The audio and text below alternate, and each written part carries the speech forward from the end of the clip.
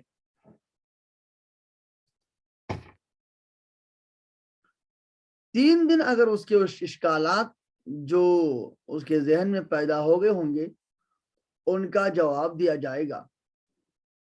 اگر وہ واپس آ جاتا ہے تو اس شریعت میں اس کا حکم ہے کہ اس کی یہ سزا ملتوی ہو جاتی ہے، کینسل ہو جاتی ہے، یعنی اس کو زندہ رہنے کا حق پھر دیا جائے گا۔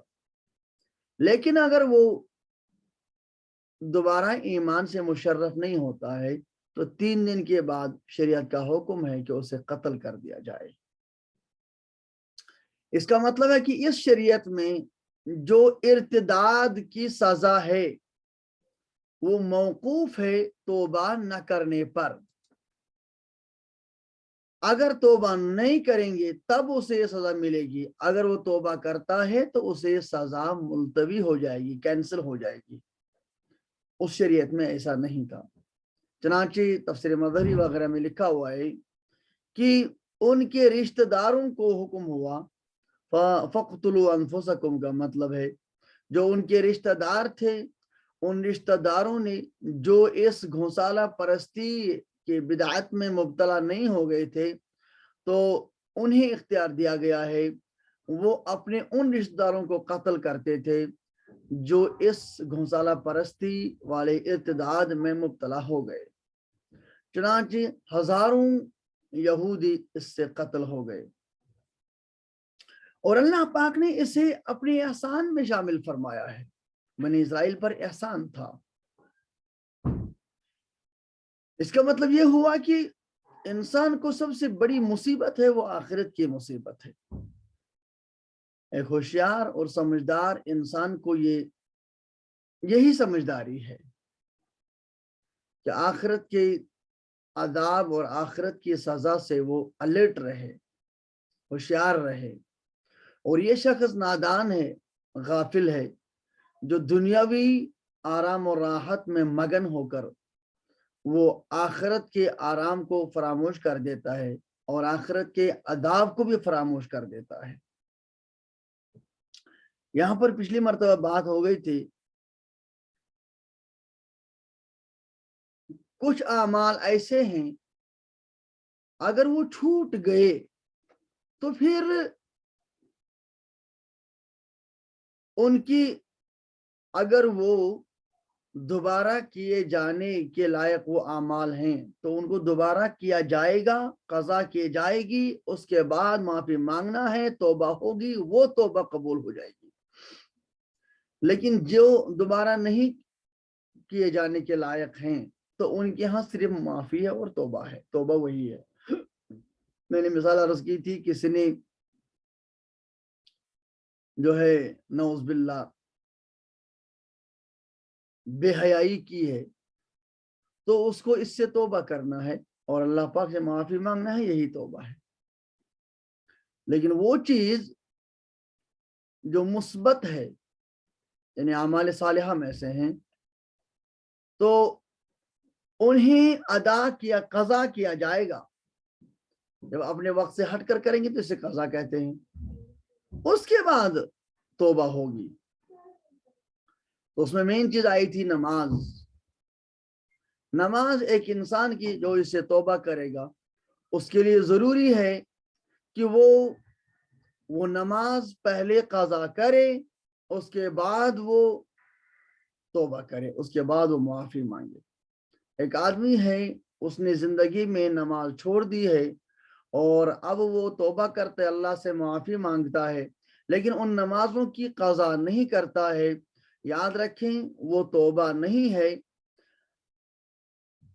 اس کا اعتبار نہیں ہوگا۔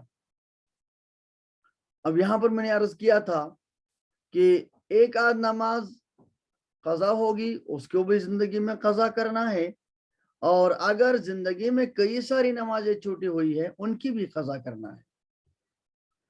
تو عام طور پر حیرت کی بات ہے جو قضاء عمری ہے، قضاء عمری کا جو انکار کیا جاتا ہے، تو رسول اللہ صلی اللہ علیہ وسلم کی 5 نمازیں قضا ہو گئی ہیں، یعنی ہر نماز زندگی میں ایک مرتبہ قضا ہو گئی ہے۔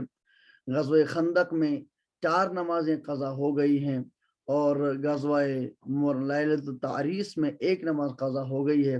غزوہ خندق میں ظہر، عصر، مغرب اور عشاء، یہ 4 نمازیں قضا ہو گئیں، اور یہاں پر رسول اللہ صلی اللہ علیہ وسلم نے فرض ادا فرمائی ہے، سنت نہیں پڑھی۔ اس لیے حکم ہے کہ اگر نماز قضا ہو جائے گی ان 4 میں سے، تو وہاں پر سنت مطلب پڑھنا نہیں ہے، لیکن فرض ادا کرنا ہے۔ اس کے ساتھ ساتھ عشاء میں وتر بھی داخل ہے، اس لیے کہ وتر کا ادا کرنا واجب ہے۔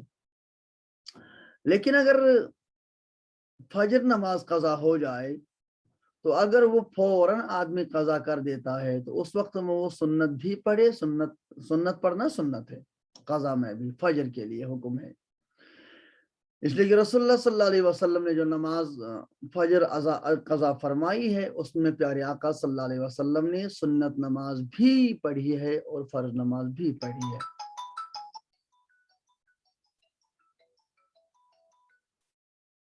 فرض نماز بھی ادا فرمائی ہے۔ تو اس سے پتہ چلتا ہے کہ جو نماز آدمی کو چھوٹ جائے تو اس نماز کی قضا کرنا ہے، پھر توبہ کرنا ہے۔ اچھا، اگر قضا کرنے میں اس کی اپنی لاپرواہی ہے، اس کا دخل ہے، اس کا اختیار ہے، تب تو اس کو گناہ ہوگا اور توبہ کرنا ہے۔ لیکن اگر اس کا دخل نہیں ہے تب تو اس کے لیے یہ گناہ نہیں ہے، البتہ اسے قضا کرنا ہے۔ مثلا ایک شخص ہے، اسے تو نماز کا موقع ہی نہیں ملا، اسے نماز پڑھنے دی نہیں گئی، یہ کہیں پر ایسا پھنسا ہوا ہے کہ اسے نماز ادا کرنے کا موقع ہی نہیں دیا گیا۔ کوئی آدمی کسی ظالم کے پاس پھنسا ہوا ہے اور وہ اسے نماز ہی نہیں پڑھنے دے رہا ہے، اب ظاہر بات ہے یہاں نماز تو اس کی چھوٹ جائے گی، لیکن اس کا اس میں دخل نہیں ہے، مجبور ہے، تو یہاں پر اس سے نماز قضا کرنا ہے، گناہ نہیں ہے۔ اسی طرح سے ایک آدمی فکر مند ہے، یہ نماز مطلب اس کا احساس ہے اس کو، لیکن اس کی نیند آ گئی ہے، تو نیند آ کر اس وقت جو ہے وہ چلا گیا اور اس کا اس میں دخل نہیں ہے۔ ترمذی شریف میں روایت ہے، حضرت بکرہ رضی اللہ تعالیٰ عنہ، اس کا ایسا معاملہ ہو گیا، وہ کھیت پر چلے گئے اور کھیت پر جا کر اس کی اولاد آ رہی تھی، تو وہ ان کے انتظار میں وہاں بیٹھے رہے، اور بیٹھے بیٹھے ان کو نیند آ گئی۔ عصر نماز پڑھنا باقی تھا، مغرب نماز کا وقت ہو چکا تھا، تو حضرت پریشان ہو گئے، پھر پیارے آقا صلی اللہ علیہ وسلم کے پاس یہ اپنا واقعہ پیش کیا، تو نبی کریم صلی اللہ علیہ وسلم نے فرمایا نماز پڑھو جب تمہیں یاد آ جائے۔ اس طرح اگر کوئی شخص ہے تو اس کو یہ بھول گیا، تو بھولنے کی صورت میں بھی اب اس میں بھی دیکھنا ہے کہ اس کا کتنا اس میں دخل ہے۔ کوئی آدمی ہر وقت بھول جائے یا ہر وقت نیند آتی رہے تو ظاہر بات ہے وہ اس کی لاپرواہی پر دلالت کرتا ہے۔ کوئی شخص کہے کہ مجھے فجر نماز جو ہے نیند ہوتی ہے اور میں جاگنے جاتا ہوں اور مجھے نماز قضا ہو جائے گی، تو یہ تو بہرحال اللہ اور اس کے درمیان ہے کہ معاملہ یہ کتنا اپنے بات میں سیریس ہے اور اپنے معاملے میں سیریس ہے، تو اس میں بندے کو ہمارے پاس بندے کے پاس کوئی تھرمامیٹر نہیں ہے تو وہ کہے کہ اس کی لاپرواہی ہے یا نہیں۔ البتہ اتنا شریعت میں ہے کہ کبھی کبھی ایک انسان کو بشریت غالب آ جاتی ہے تو سیریس ہونے کے باوجود بھی اسے کوئی چیز سرزد ہو جاتی ہے، تو یہ اس کا ثبوت حدیث میں ہے۔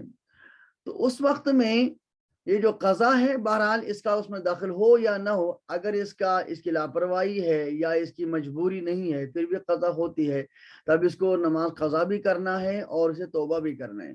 اور اگر دخل اس کا نہیں ہے اور نماز قضا ہو گئی ہے تو اس وقت میں اس کو گناہ نہیں ہے، توبہ تو جب گناہ نہیں تو توبہ نہیں ہے، البتہ نماز قضا پھر بھی اسے کرنا ہے۔ یہ حیرت کی بات ہے کہ رسول کریم صلی اللہ علیہ وسلم کو زندگی میں ہر نماز ایک ایک مرتبہ قضا ہو گئی ہے، اور پیارے آقا صلی اللہ علیہ وسلم نے یہ نماز ادا فرمائی ہے۔ اسی پر پیارے آقا صلی اللہ علیہ وسلم نے فرمایا صلو کما رأیتمونی اصلی، آپ نماز پڑھ لو جیسے آپ نے مجھے نماز پڑھتے دیکھا ہے۔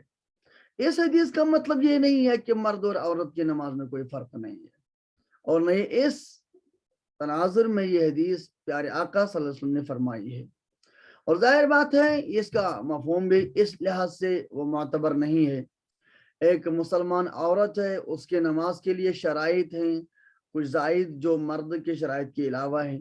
مثلا ایک مرد جو ہے ٹھیک ہے، اس کے لیے ٹوپی پہننا تو اچھا ہے، سنت ہے اور کار ثواب ہے نماز کے اندر خاص کر، لیکن اگر ایک مسلمان وہ اس کے بال کھلے رہتے ہیں تو اس کی نماز تب بھی ہو جائے گی۔ ایک مسلمان مرد کی گردن وہ نماز میں کھلی رہ جائے گی تب بھی اس کی نماز ہو جائے گی۔ اور ایک مسلمان کو تو اپنے ٹخنوں سے نیچے اپنا جو ہے کپڑا رکھنا، چاہے کوئی بھی کپڑا ہو، یہ صرف پاجامہ نہیں ہے، لنگی ہے وہ بھی ہے، اور اس کو پھیرن ہے وہ بھی ہے، اس کی قمیض ہے اگر وہ اس سے نیچے ہے تو یہ سب ناجائز ہے اور اس بال میں آ جاتا ہے۔ عام طور پر پاجامہ ہی ہوتا ہے تو اس لیے پاجامے کے لیے یہ حکم کہا جاتا ہے، ورنہ اس کا تعلق ہر کپڑے کے ساتھ ہے۔ اگر مرد ہے اس کا پھیرن وہ ٹخنوں سے نیچے ہے، یہ بھی ایسا ہی گناہ حرام ہے جیسے پاجامہ نیچے لٹکانا حرام ہے۔ قمیض ہے وہ جبہ ہے اور وہ اس کو ٹخنوں سے نیچے ہے تو اس کو بھی ایسے ہی لٹکانا حرام ہے جیسے اس کے پاجامہ کا نیچے ہونا حرام ہے۔ تو کہنے کا مطلب یہ ہے کہ ایک مرد اگر نماز میں ٹخنوں کو چھپا کر رکھتا ہے تو اس کے لیے حرام ہے، اس کو گناہ چڑھ جاتا ہے۔ لیکن اگر مسلمان ایک عورت نماز پڑھتے ہے، اس کے ٹخنے کھل جاتے ہیں اور اتنی دیر کھل جاتے ہیں کہ 3 مرتبہ وہ تسبیح کرے تو اس کی نماز ہی ختم ہو جاتی ہے۔ اسی طرح سے ایک عورت اگر اس کے بال کھل جائیں گے، چاہے پورے بال کھولیں چاہے آدھے بال کھولیں، چاہے وہ سر کے پاس ہی کھل جائیں یا جو بال لمبے ہوتے ہیں اس کا آخری حصہ کھل جائے، ہر صورت میں اس کی نماز ختم ہو جائے گی۔ البتہ بالوں کے لیے مسئلہ ہے کہ اتنے بال کھل جائیں جو اس کی انگلی میں لپٹ جائے، اور تقریباً وہ 2-2.5 انچ بال ہو جاتے ہیں۔ اگر اس سے کم کھل جاتے ہیں، اس کا دل جب یہ اندازہ کرتی ہے تو اس کا دل کہتا ہے کہ نہیں یہ اتنے ہی بال تھے جو آپ کی انگلی میں لپٹ نہیں جائیں گے، تو تب اس کی نماز ہو جائے گی۔ لیکن اگر اتنے بال ہیں کہ اس کا دل کہتا ہے کہ یہ بال اگر یہ میں اپنی انگلی میں لپیٹ دیتی تو اتنے بال کھلے تھے جو انگلی میں لپٹ جائیں گے، اتنے بال اگر اس کو اتنی دیر کھلے رہیں گے جس میں 3 تسبیح کر سکے تو اس کی نماز ختم ہو جائے گی۔ تو ایک مرد ہے ایک قمیض پہنا ہوا ہے اور اس کو گرمی ہے تو بٹن کھولے ہوئے ہے تو اس کا سینہ کھلا ہے تو نماز تب بھی اس کی ہو جائے گی۔ لیکن اگر ایک مسلمان عورت ہے، مسلمان عورت نماز پڑھتی ہے اور اس کا سینہ کچھ حصہ کھل گیا ہے اور اتنی دیر کھل گیا ہے جس میں 3 تسبیحات ہو جائیں گی تو اس کی نماز ختم ہو جائے گی، نماز اس کی نہیں ہوگی۔ یعنی ایک عورت کا پردہ ہے نماز میں، صرف اس کو اپنا چہرہ، اپنے پیر اور اپنے ہاتھ کھول کے رکھنے کی اجازت ہے، وہ نماز کے پردے میں داخل نہیں ہے، باقی پورا جسم اس کے پردے میں داخل ہے۔ تو ظاہر بات ہے یہاں پر واضح ہو جاتا ہے کہ یہاں پر مرد اور عورت کی نماز میں فرق ہے۔ پھر یہ کہنا کہ مرد اور عورت کی نماز میں کوئی فرق نہیں ہے لہٰذا مرد کو بھی جو ہے وہ جیسے نماز پڑھنا ہے ایسے عورت کو بھی نماز پڑھنا ہے، اس کو اپنے آرگنز جو ہے وہ سپریٹلی رکھنا ہے، ہر کوئی آرگن دوسرے سے الگ ہونا چاہیے، جیسے مرد سجدہ کرتا ہے ویسے عورت بھی سجدہ کرے، جیسے مرد جو ہے رکوع کرتا ہے ویسے عورت بھی رکوع کرے۔ یہ حدیث کا مطلب نہیں ہے اور حدیث کا لب لباب بھی یہ نہیں ہے، بلکہ یہ صحابہ کو اس وقت میں اشکال ہو گیا تھا۔ میں نے شاید اس سے پہلے عرض کیا ہے رسول کریم صلی اللہ علیہ وسلم پر ایمان لانے کے بعد وہ نبوت کو 18 سال تقریباً ہو گئے تھے امام بخاری کے مطابق جب غزوہ خندق پیش آیا، اس کا مطلب کہ 18 سال تک کسی مسلمان کی کوئی بھی نماز قضا ہوئی ہی نہیں تھی، چاہے مسلمان مرد ہو چاہے عورت ہو چاہے جوان ہو چاہے بوڑھا ہو چاہے بچہ ہو، کسی کی کوئی نماز قضا نہیں ہوئی تھی۔ اسی لیے جب غزوہ خندق میں نماز قضا ہو گئی تو صحابہ پریشان ہو گئے، خصوصاً عمر فاروق رضی اللہ تعالیٰ عنہ کہ ہماری نماز قضا ہو گئی، 4 نمازیں ہمیں پڑھی ہی نہیں، تو پڑھنا ہے یا نہیں پڑھنا ہے، کیا کرنا ہے؟ تو پیارے آقا صلی اللہ علیہ وسلم نے غزوہ خندق میں نماز قضا فرمائی ہے اور پھر صحابہ سے فرمایا صلو کما رأیتمونی اصلی، تم نماز ایسے پڑھو جیسے تم نے مجھے نماز پڑھتے دیکھا ہے۔ یعنی میں جب ادا نماز کرتا ہوں تو اس وقت میں سنتیں بھی پڑھتا ہوں اور فرائض بھی پڑھتا ہوں، لیکن جب قضا نماز ہو گئی ہے مجھے تو اس میں نے سنتیں نہیں پڑھی ہیں، فرض پڑھی ہیں۔ لہٰذا آپ کو بھی اگر نماز قضا ہو یا نماز قضا ہو گئی یا ہو جائے تو آپ ویسے نماز پڑھو جیسے میں نے پڑھی، یعنی میں نے قضا میں فرض نماز پڑھی ہے، میں نے ادایا سنتیں نہیں پڑھی ہیں، آپ بھی نہ پڑھیں۔ اور جب فجر نماز ہو گئی ہے تو قضا، فجر نماز میں رسول اللہ صلی اللہ علیہ وسلم نے سنتیں تو اس وقت پڑھی ہیں، تو اس کا مطلب ہے کہ فجر نماز میں سنت کی قضا کی جانی چاہیے، لیکن ہمارا سنت ہی ہے۔ تو یہ ہے اس حدیث پاک کا مطلب۔ تو ایسا تو نہیں ہے نا کہ رسول کریم صلی اللہ علیہ وسلم کی زندگی میں اب نماز قضا ہوتی جاتی تو پھر ایک مسلمان یہ کہتا کہ قضاء عمری ہے اور نماز میں زندگی میں جتنی نمازیں ہو گئی ہیں تو ان کی قضا کرنا ہے۔ ظاہر بات ہے نبوت کی شان کے خلاف ہے، بلکہ ایک مسلمان اور مومن کی شان کے خلاف بھی ہے کہ وہ بار بار اس کی نماز قضا ہو جائے۔ تو بہرحال مسلمان کو جتنی بھی نماز زندگی میں بالغ ہونے کے بعد قضا ہو گئے ہوں گے، ان سب کی قضا پہلے کرنا ہے، اس کے بعد سے توبہ کرنا ہے کہ ربا مجھے معاف فرما۔ یہ نماز کا مسئلہ ہے، یہ یہاں واضح ہو جاتا ہے۔ وَإِذْ قُلْتُمْ يَا مُوسَى لَن نُؤْمِنَ لَكَ حَتَّى نَرَى اللَّهَ جَهْرَةً فَأَخَذَتْكُمُ الصَّاعِقَةُ وَأَنْتُمْ تَنظُرُونَ۔ اب وہ واقعہ بھی یاد کریں۔ اچھا، جب موسیٰ علیہ السلام تشریف لائے تو میں نے عرض کیا کہ کوہ طور پر اللہ پاک نے بلایا تھا اور اللہ پاک نے تورات عطا فرمائی۔ یہ بات میں بار بار عرض کر رہا ہوں کہ تورات مخلوقات میں سے ہے، یہ اللہ کا کلام نہیں، کتاب اللہ ہے، کلام اللہ نہیں ہے۔ ایسی زبور کتاب اللہ ہے، کلام اللہ نہیں ہے۔ ایسے انجیل کتاب اللہ ہے، کلام اللہ نہیں ہے۔ لیکن قرآن مقدس یہ کتاب اللہ بھی ہے، کلام اللہ بھی ہے، بلکہ قرآن مقدس کلام اللہ تو پہلے سے ہے، کتاب اللہ بعد میں بن گئی۔ جب اللہ تبارک و تعالیٰ نے کائنات کو پیدا نہیں فرمایا تھا تب بھی کلام اللہ تھا، کتاب اللہ نہیں۔ قرآن مقدس کلام اللہ تھا، کتاب اللہ نہیں۔ اور جب اللہ پاک کی ذات مقدس سے لوح محفوظ پر قرآن آ گیا اس وقت بھی یہ کلام اللہ تھا، کتاب اللہ نہیں۔ اور جب قرآن مقدس لوح محفوظ سے آ گیا آسمان اول پر لیلۃ القدر کے اندر، اس وقت بھی یہ کلام اللہ تھا، کتاب اللہ نہیں۔ اور جب وحی کے ذریعے آسمان اول سے 23 سال کے عرصے کے اندر پیارے آقا صلی اللہ علیہ وسلم کے قلب اطہر پر نازل ہو گیا ہے، اس وقت بھی یہ کلام اللہ تھا، کتاب اللہ نہیں۔ کتاب کہتے ہیں ما یکون بین الدفتین، جو دو جلدوں کے درمیان ہوگی کتاب، اوراق کا مجموعہ، اسے کہتے ہیں کتاب۔ اب ظاہر بات ہے قرآن مقدس کو جو کتابی شکل ہو گئی ہے یہ باضابطہ طور پر دور عثمان رضی اللہ تعالیٰ عنہ میں ہو گیا ہے۔ اگر ہم اس سے آگے بڑھ جائیں تو حضرت سیدنا ابوبکر صدیق رضی اللہ تعالیٰ عنہ کے دور میں کتاب بن گئی تھی، پر اس طرح سے عام نہیں ہوئی تھی۔ حضرت عمر فاروق رضی اللہ تعالیٰ عنہ کے دور میں بھی وہ کتاب اللہ تھی، پر اس طرح عام نہیں تھی، عام ہو گئی ہے حضرت عثمان غنی رضی اللہ تعالیٰ عنہ کے زمانے میں۔ تو کتاب اللہ یہ بعد میں ہے، پہلے کلام اللہ ہے، لیکن تورات وہ کلام اللہ نہیں، یہ کتاب اللہ ہے۔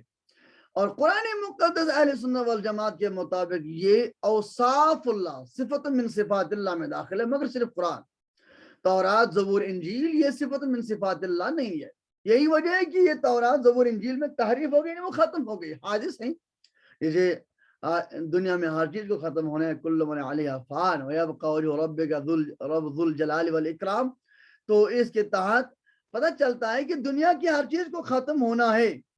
بعض چیز جو اللہ پاک نے پیدا فرمائی ختم نہیں ہوگی، جنت اللہ پاک نے پہلے پیدا فرمائی ختم نہیں ہوگی، جہنم اللہ پاک نے پیدا فرمائی ختم نہیں ہوگی، تو یہ چیزیں ختم نہیں ہوں گی، لیکن ہے مخلوقات۔ جو تورات ہے یہ مخلوقات میں سے ہیں اور ختم ہو گئی، اس لیے تحریف ہو گئی۔ یہ بات بھی یاد رکھیں کہ یہ نہیں کہ دنیا میں زندگی میں اور دنیا کی دھرتی پر یہ تورات، انجیل، زبور ختم ہو گئے اور کہیں اور ان کا جو ہے نسخہ موجود ہے، ایسا نہیں ہے، بلکہ یہ بالکل ختم ہو گئی، ختم ہو گئی، ختم ہو گئی۔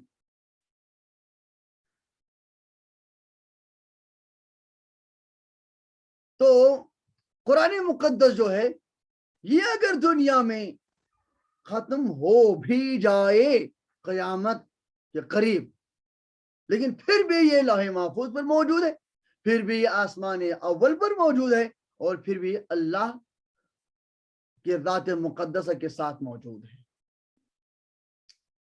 تو بہرحال جب موسیٰ علیہ السلام تورات لے کر تشریف لائے تو عجیب منظر دیکھا، اور یہ تو نبی ہی جانتا ہے، نبی کا اوڑھنا بچھونا یہی ہوتا ہے، اپنی امت کو اور بندگان خدا کو خدا کے ساتھ رابطہ مضبوط فرمائے، اور یہ سب محنت کی تھی حضرت موسیٰ علیہ السلام نے اپنی زندگی مبارک کے اندر، لیکن پیچھے یہ حال دیکھا ہے کہ یہ گھونسالہ پرستی میں مبتلا ہو گئے ہیں۔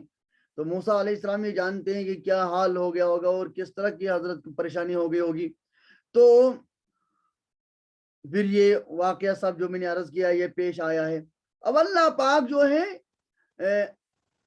اور فرما رہے ہیں نیکی کے طور پر، مزید تذکرہ فرمائیں، اس وقت کو یاد کریں جب آپ نے موسیٰ علیہ السلام سے کہا اے موسیٰ ہم تمہاری بات پر اعتماد نہیں کریں گے، تمہاری بات پر اعتماد نہیں کریں گے۔ لن نؤمن لک، لن نؤمن بک نہیں آیا، جیسے آمنت باللہ میں نے اللہ پر ایمان لایا، آمنت بالنبی میں نے نبی پر ایمان لایا، آمنت بالقرآن، بالقرآن میں نے قرآن پر ایمان لایا ہے۔ تو آمن میں ایمان کا معنی ہوتا ہے ایمان لانا جو معروف ہے، لیکن اس کے یہ تب معنی ہوتا ہے جب اس کے بعد بھی آ جائے، یہاں بھی نہیں ہے یہاں لی ہے۔ لن نؤمن لک، ہم آپ پر اعتماد نہیں کریں گے، آپ کا جی اللہ پہ، اللہ پاک کی طرف سے میں نے کتاب لائی ہے اور شریعت لائی ہے، ہم نہیں مانیں گے۔ حتی نر اللہ جہرا، جہاں تک کہ ہم اللہ پاک کو صاف صاف دیکھیں، جہرتن ظاہر میں دیکھیں۔ فَأَخَذَتْكُمُ الصَّاعِقَةُ وَأَنْتُمْ تَنظُرُونَ، جب انہوں نے مطالبہ کیا تو انہوں نے کہا آپ قوم کے معززین کو جمع کریں اور ان کو میرے ساتھ لائیں۔ 40 آدمی موسیٰ علیہ السلام نے اپنے ساتھ لیے، وہ بنی اسرائیل قوم کے معززین تھے، گئے کوہ طور پر۔ ظاہر بات ہے کوہ طور پر تو گئے، اللہ پاک کی زیارت دنیا میں ممکن نہیں ہے، دنیا میں ممکن نہیں ہے، چنانچہ یہ نبی سے بھی ممکن نہیں ہے۔ جب موسیٰ علیہ السلام نے قرآن پاک میں آگے آ جائے گا، جب موسیٰ علیہ السلام نے درخواست کی تھی اللہ تبارک و تعالیٰ سے رب ارینی انظر الیک، خدائی میں آپ کو دیکھنا چاہتا ہوں، مجھے آپ اپنی زیارت کرائیں۔ تو حضرت موسیٰ علیہ السلام کو اللہ پاک نے فرمایا لن ترانی، آپ کی یہ طاقت نہیں ہے کہ آپ میری زیارت کر سکیں۔ دنیا میں انسان کو یہ صلاحیت نہیں دی گئی ہے کہ اللہ پاک کی زیارت کر سکے، البتہ جنت میں اللہ پاک کی زیارت ہوگی، اور سب سے بڑی نعمت کے طور پر اللہ پاک کی زیارت ہو جائے گی۔ جنتیوں کو جب اللہ کی زیارت ہوگی تو دنیا کی کیا بلکہ جنت کے تمام نعمتوں کو ہیٹ سمجھیں گے۔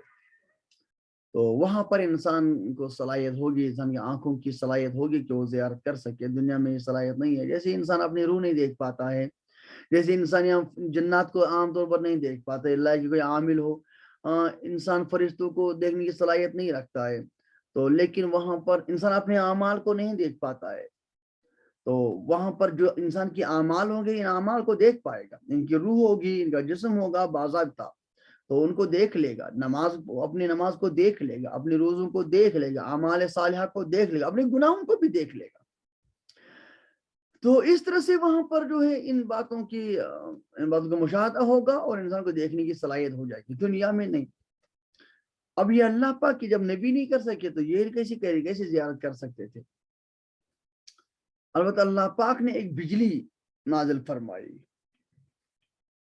ایک بجلی صاعقہ، وہ بجلی ان پر گری اور یہ سب مر گئے۔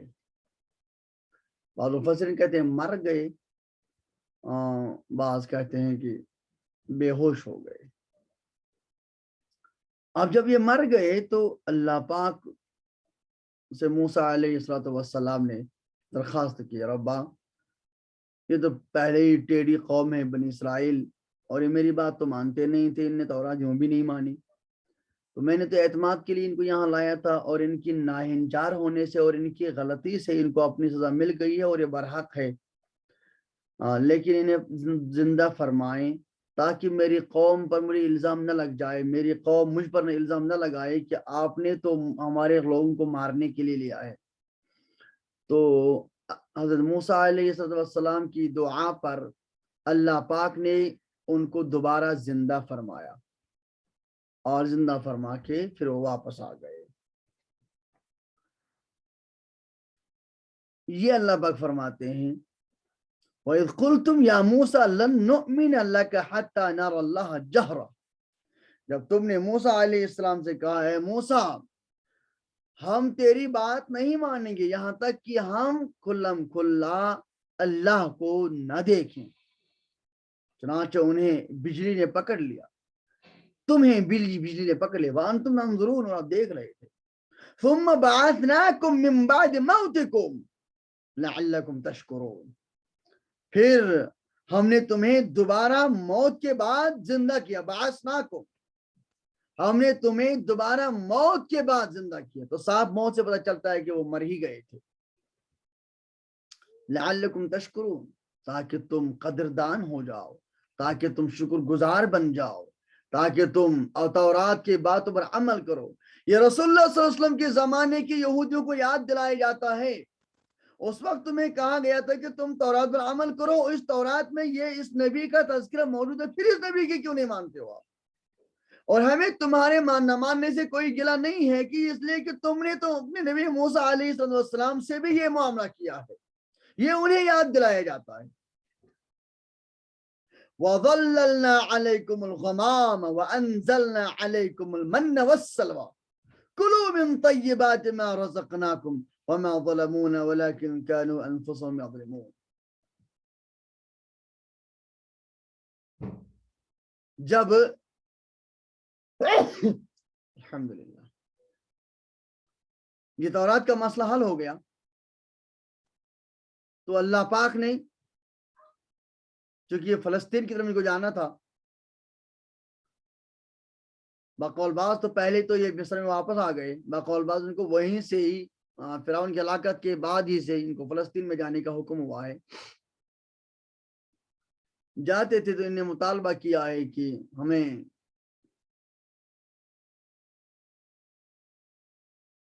جانا ہے، اور ہم اللہ پاک نے ان کو یہ دیا ہے اوپر سے کھانا پینا، کمائی کے بغیر ان کو ملتا تھا، اور اسی کا نام من و سلوا ہے۔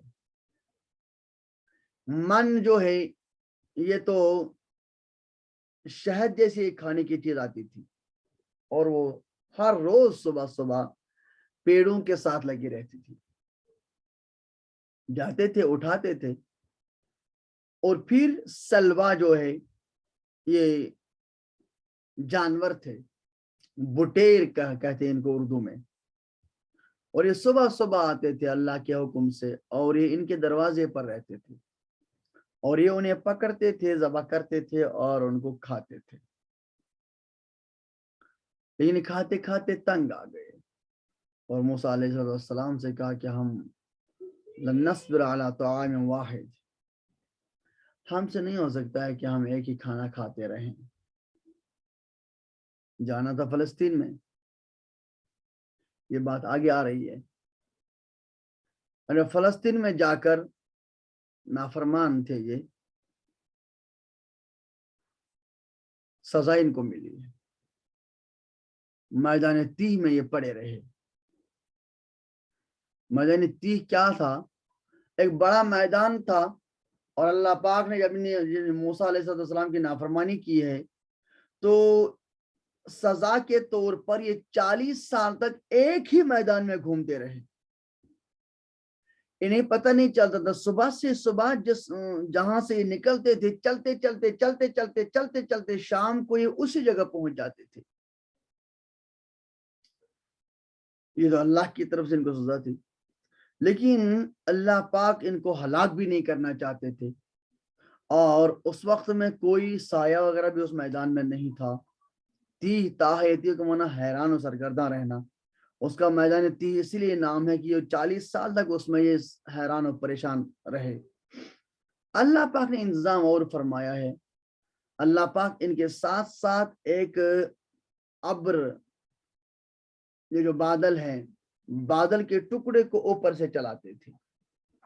جہاں جہاں سے موسیٰ علیہ السلام کی قوم چلتی تھی وہاں سے یہ بادل کا ٹکڑا بھی چلتا تھا،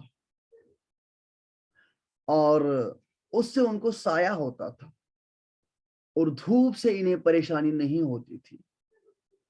وہ اللہ پاک نے یاد دلایا. وَظَلَّلْنَا عَلَيْكُمُ الْغَمَامَ، ہم نے آپ پر سایہ کیا ہے بادل کا، غمام بادل.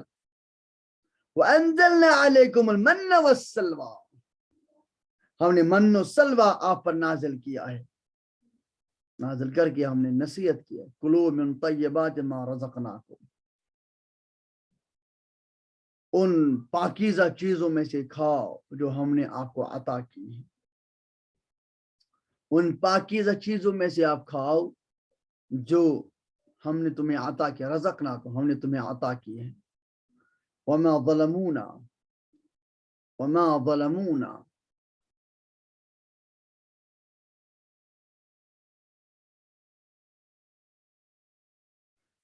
وظللنا عليكم الغمام وانزلنا عليكم المن والسلوى كلوا من طيبات ما رزقناكم وما ظلمونا ولكن كانوا انفسهم يظلمون. اور نے ہم سے ظلم نہیں کیا، جو ہم نے ظلم کیا وہ ظلم کا اثر ہم پر نہیں ہو، ہم پر کیا اثر ہوگا؟ پوری کائنات مخالف ہو جائے، اللہ کی ذات میں کوئی کمی تھوڑی ہوگی. پوری کائنات اللہ کی عبادت کرے پھر بھی اللہ کی ذات میں کوئی ذاتی نہیں ہوگی. ذاتی تو وہاں ہوگی جہاں پہلے کمی ہوگی، اور اللہ کی ذات مقدسہ کے اندر کوئی کمی نہیں ہے. اللہ کی عزت کے اندر کوئی کمی نہیں ہے. لہذا بندہ جو اللہ پاک کی عبادت کرتا ہے یہ اللہ کو کیا منت رکھتا ہے؟ قُلْ لَا تَمُنُّوا عَلَيَّ إِسْلَامَكُمْ بَلِ اللَّهُ يَمُنُّ عَلَيْكُمْ أَنْ هَدَاكُمْ لِلْإِيمَانِ.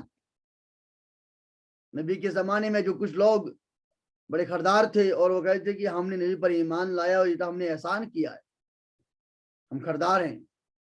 اللہ پاک نے فرمایا کوئی احسان نہیں ہے، تمہیں ایمان نہیں لانا مت لاؤ تو کس کی کیا بگڑ جائے گی. وَلَا يَضُرُّ اللَّهَ شَيْئًا، اللہ کو کوئی نقصان تھوڑی پہنچ سکتا ہے. ہاں اللہ پاک نے احسان کیا ہے کہ اللہ پاک نے ہدایت دی ہے. لہذا کسی عمل کے نہ کرنے سے آدمی نہیں سمجھنا چاہیے کہ میں چالاک ہوں، میں یہ عمل نہیں کرتا، بلکہ یہ سمجھو کہ اللہ پاک تمہیں وہ عمل کرنے نہیں دیتا ہے، اللہ پاک کو تمہاری ضرورت ہی نہیں، توفیق نہیں دیتا ہے. مسلمان کو احساس رکھنا چاہیے کہ اس کی توفیق مجھے ملنی چاہیے اور بار بار اسے مانگنا چاہیے پروردگار سے کہ مجھے توفیق عطا فرما، استقامت عطا فرما. اور جو اعمال کر رہا ہے اس پر شکر کرنا چاہیے اللہ پاک کا کہ اللہ پاک توفیق دے رہا ہے. تو اللہ پاک فرماتے ہیں وما ظلمونا، یہ بدعمالی کر کے، یہ ایمان چھوڑ کے، اعمال صالحہ چھوڑ کر ہمیں کوئی ظلم نہیں ہو رہا ہے، ہم سے کوئی بگڑ نہیں رہا ہے.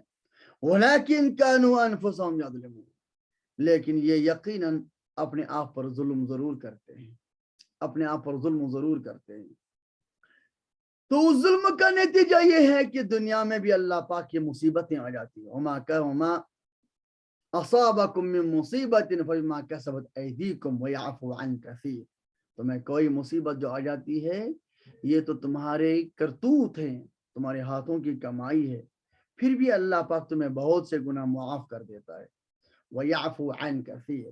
اور سب سے بڑا خطرہ اور سب سے بڑا خطرناک مسئلہ ہے کہ اگر آدمی توبہ کیے بغیر انتقال کر جائے گا تو آخرت میں پھنس جائے گا. اللہ پاک میری آپ کی حفاظت فرمائے. تو اللہ پاک یہ قیامت میں آدمی پھنس جائے گا. تو اس سے بڑا ظلم کیا ہے جو یہ اپنے آپ پر کرتا ہے کہ اپنے آپ کو روح اور جسم دونوں سمیت نعوذ باللہ قیامت میں جہنم میں چلا جائے گا. دنیا کی معمولی مصیبت ایک آدمی کو برداشت نہیں ہوتی ہے، دنیا کی ہاں 2 ٹائم کھانا نہ کھانا اس کو برداشت نہیں ہوتا ہے، روزہ رکھنا مشکل ہو جاتا ہے، تو وہاں پر جہنم میں یہ سب چیزیں کیسے برداشت کر سکتا ہے؟ یہ تو اپنے اوپر ہی ظلم ہے. وَإِذْ قُلْنَا ادْخُلُوا هَٰذِهِ الْقَرْيَةَ فَكُلُوا مِنْهَا حَيْثُ شِئْتُمْ رَغَدًا وادخلوا الباب سجدا وقولوا حطة نغفر لكم خطاياكم وسنزيد المحسنین۔ دوسرا یہ مضمون شروع ہو گیا ہے تو اس لیے ہم اس کو شروع نہیں کریں گے۔ اگر کسی ساتھی کو کوئی بات کرنا ہے، کوئی سوال ہے تو فرمائیں، ورنہ ہم رخصت چاہیں گے۔